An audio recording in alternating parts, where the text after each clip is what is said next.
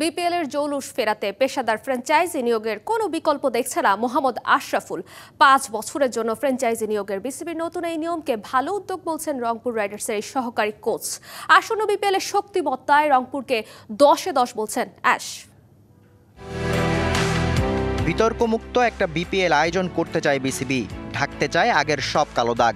এবার দল নির্বাচনে এত কঠোর হওয়ার পরও চট্টগ্রাম রয়্যালসকে নিয়ে তৈরি হয়েছে ধোঁয়াশা। ফ্র্যাঞ্চাইজিটির কোচিং স্টাফ, সাপোর্ট এবং মালিকানার নেপথ্যে থাকা বেশ কিছু চরিত্রকে নিয়ে প্রশ্ন উঠেছে জোরালোভাবেই।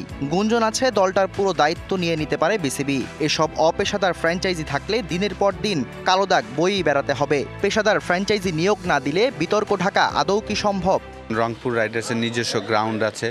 প্রত্যেকটা ফ্র্যাঞ্চাইজি যদি নিজস্ব গ্রাউন্ড থাকে, নিজস্ব ফ্যাসিলিটিস থাকে, তাহলে আমি মনে করি যে ক্রিকেটটা ডেভেলপ হবে। এই ধরনের ফ্র্যাঞ্চাইজি টিম যদি থাকে তাহলে আসলে আমাদের বিপিএলটা যে একসময় আইপিএলের পরের স্থান ছিল, সেই স্থানটা যাওয়া সম্ভব হবে। All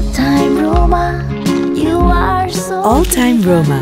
Taste it, love it. প্রতি আসরে বারবার ফ্র্যাঞ্চাইজি পরিবর্তনে বিপিএলের মান তলানিতে ঠেকেছে।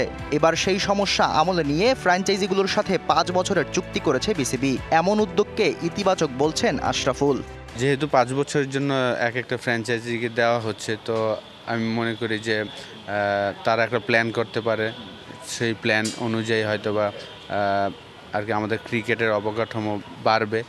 সেই জিনিসগুলোই হওয়া উচিত আমি মনে করি। বিপিএলে গেল কয়েক আসর ধরেই নিয়মিত প্রতিনিধিত্ব করছে রংপুর রাইডার্স। দল গঠনে ওরা বরাবরই দেখায় মুন্সিয়ানা। এবারের আসরের দলকেও আশরাফুল দিলেন ফুল মার্কস।